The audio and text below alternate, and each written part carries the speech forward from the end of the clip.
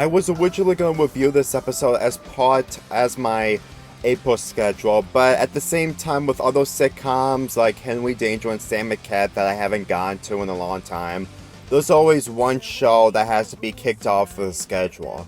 But since that we're in May and this is iCarly week, I've decided to review an episode called iRue the Day.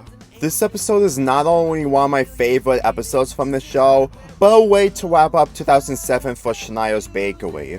This episode premiered in December of 2007, and this was the same year where Drake and Josh came to an end, and Zoe 101 was on its final season. And the premiere of the new show at that time was iCarly. And let me tell you, with the amount of episodes that this show aired in 2007, when it all started in September, they really know how to keep everyone else's interest when it comes to the episodes they have to offer for its first season. Spencer has saved a life of one of the singers of the Plain White Tees who were popular in 2007, and he made an agreement to have them sing on the iCarly. Let me tell you that for someone who is a great brother, I can guarantee you that no one can be better than Spencer. But then again, there are other brothers who could have done the same thing if they see a famous band almost getting completely injured by an accident or incident. With this being a huge deal for iCarly, they cannot wait to showcase the band on their web show. However, during the last web show, they kept getting technical difficulties with the videos going upside down and playing different videos that were not part of the original plans. Freddie took care of everything by fixing all the issues, but unfortunately, during the next webcast, it kept getting worse and worse, and the person who was behind all of this is Neville Papperman.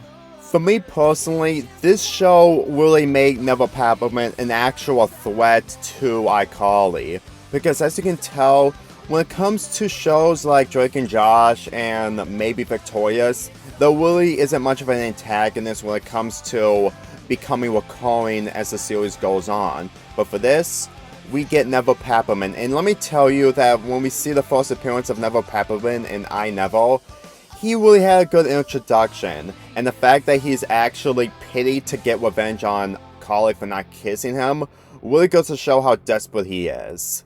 Let me tell you, if Carly actually did the deeds by kissing Neville, I can guarantee you that the aftermath of what could have happened would have been a lot more different and it would probably be a lot more awkward. Which is why I completely like that they took this route instead. With the situation becoming tedious, they might consider on canceling the next webcast of iCarly. And let me tell you, even though there are other ways to stop Neville, which is shown at the end of this episode, you will probably be in the same situation as Carly is when someone hacks into your web show account that can take over the entire web show. If, in all honesty, Neville really knew how to make a great revenge plan since that he's an intelligent into hacking something, similar to how he's completely doing well with his own website, Nevelocity.com. Because when they tried to break into Neville's house while his mother was away, his grandma is taking care of him and she is hopelessly confused, the words said by Neville, and I can guarantee you that Neville only has the advantage because of the life he's in now. For how he can take care of himself with all this technology and completely using that technology to hack, not to mention using it for his own website, Neville is honestly one of the most intelligent people in any teen sitcom if you think about it. Anyway, when the iCarly gang tries to hack into his equipment, it ends up with Freddy's computer crashed. Yeah, Neville is really that intelligent the more you think about it, and this episode instantly proves it. You know, this episode really appreciates of how much iCarly put some effort into it when it comes to its early seasons. And when it comes to the reboot, I am actually looking forward to what they have in store since that technology has improved since 2007.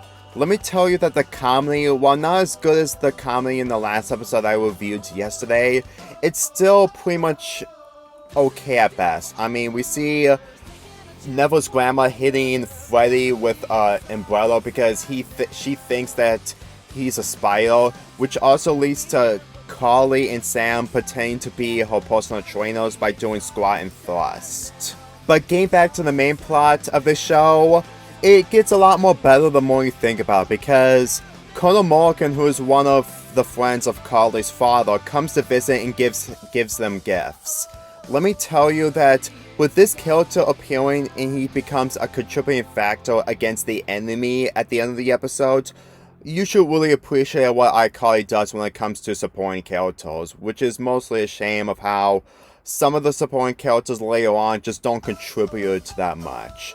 Granted, it is mostly debatable, but when I get to those in the future, I might discuss otherwise. When Carly came up with a plan to do the web show, with Neville hacking it, they decided to bring in the military to stop Neville. Yeah.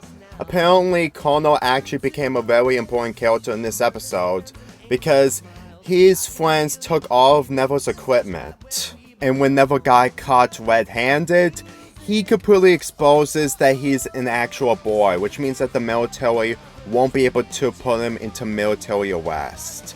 But instead, they force Neville to be hanged dangling over the ceiling, and he apologizes to Carly and her friends for hacking the web show.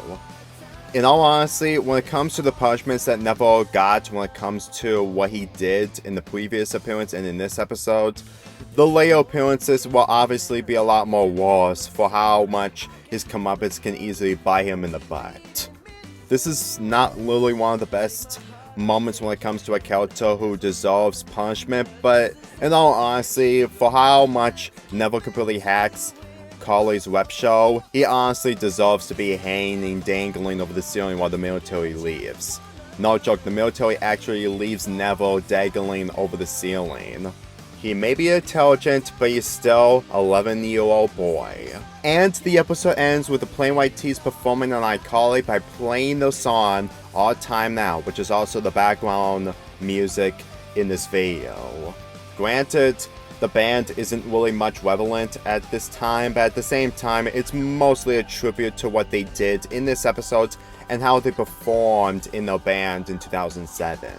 This episode just keeps getting better and better every time I rewatch it, and it really shows. I can guarantee you that the reboot won't be able to take similar ideas from this episode, but I can guarantee you that they're gonna have Neville return in the reboot in some other way, even though that he's in a facility which is shown in Sam McCat that he's gonna be in an asylum for the rest of his life because of how psychotic it is. Crazy to think that Sam McCat actually did a smart move when it comes to characters like Neville being treated the way he deserves. But then again, the reboot isn't going to have Jeanette McCurdy or any of the original actors from the original, so it's mostly debatable on the new cast that we're going to be expecting in the reboot. We all know that there's going to be new casts when it comes to shows that take place 10 years apart from the original. That's So Raven didn't have the original characters for Raven's Home, so expect the same thing to happen with iCarly. With that being said, the next iCarly reviews I'm going to be uploading for the next 3 days is going to be one from Season 2, a special from Season 3, and one from Season 4. So I'm all done with the first season. I give iRue the Day an 8.5 out of 10. Let's get this started again. Me and my whole crew, we live with no